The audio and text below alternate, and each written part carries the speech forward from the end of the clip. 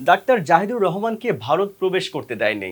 ঘটনাটি নিয়ে বাংলাদেশে এখনো দুই ধরনের প্রতিক্রিয়া দেখা যাচ্ছে। একদিকে বিএনপি নেতা কাজী মনিরুজ্জামান মনির বলেছেন, তিনি বাঘ, তিনি সিংহ, ভারতকে জুতা মেরে বাংলাদেশে ফিরে এসেছেন। ডক্টর জাহিদ ভারতে গিয়েছিলেন, এয়ারপোর্ট থেকে উনি ফেরত এসেছেন। কেউ বলেছে ওনাকে ঢুকতে দেয়নি, কেউ বলেছে ওনাকে আটক রেখেছে, কেউ বলেছে অপমান করেছে, অপদস্থ করেছে, হেয় প্রতিপন্ন করেছে। আমি মনে করি ডক্টর জাহিদ হচ্ছে একটা বাঘ, একটা সিংহ।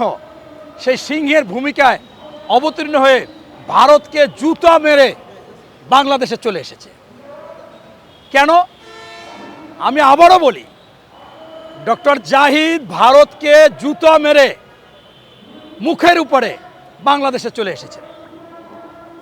এই জন্য বলি যে যখন সেখানে একটি আন্তর্জাতিক সেমিনার বলেন বা সম্মেলন বলেন, উনি সরকারি দাওয়াতে গিয়েছেন, আমাদের রাষ্ট্রদূত সেখানে প্রথমে এসেই উপস্থিত হয়েছেন, ওনাকে ভিতরে যেতে দেয়নি। কারণ উনি ইতিমধ্যে আওয়ামী লীগের সময় ভারত বিরোধী কথা বলেছেন।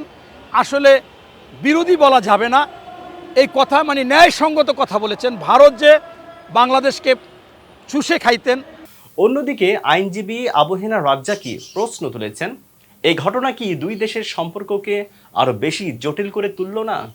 ভারতের সাথে আমাদের এমনি সম্পর্কটা একটু বৈরী আমরা দেখতেছি, তার সাথে আপনি আবার সেই যে সম্পর্কটা বৈরী ছিল বা সম্পর্কটা যতটা ছিল সেটাকে আরও আপনি এটা খারাপ করে আসলেন বলে আমার কাছে মনে হয়। এটা তো ঠিক হলো না। এটা তো রমনা পার্কে আপনি গার্লফ্রেন্ড নিয়ে আমরা ওই যে বাদাম খাইতে বসছিলাম, তারপরে তর্কাতর্কির এক পর্যায়ে রাগ করে চলে আসলাম। It is not that, it is country. আপনি একটা দেশ রিপ্রেজেন্ট করতে গেছেন, you did not do the correct thing.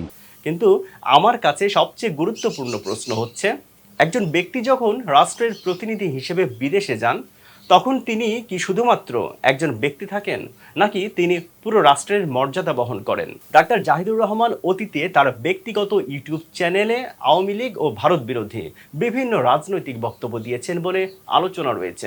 যদি সেই অতীত রাজনৈতিক অবস্থানের কারণেই তিনি ভারতীয় কর্তৃপক্ষ বা সংশ্লিষ্ট পক্ষের আপত্তির মুখোমুখি হয়ে থাকেন, তাহলে প্রশ্ন উঠতে পারে, এর দায় কি বাংলাদেশ সরকারের?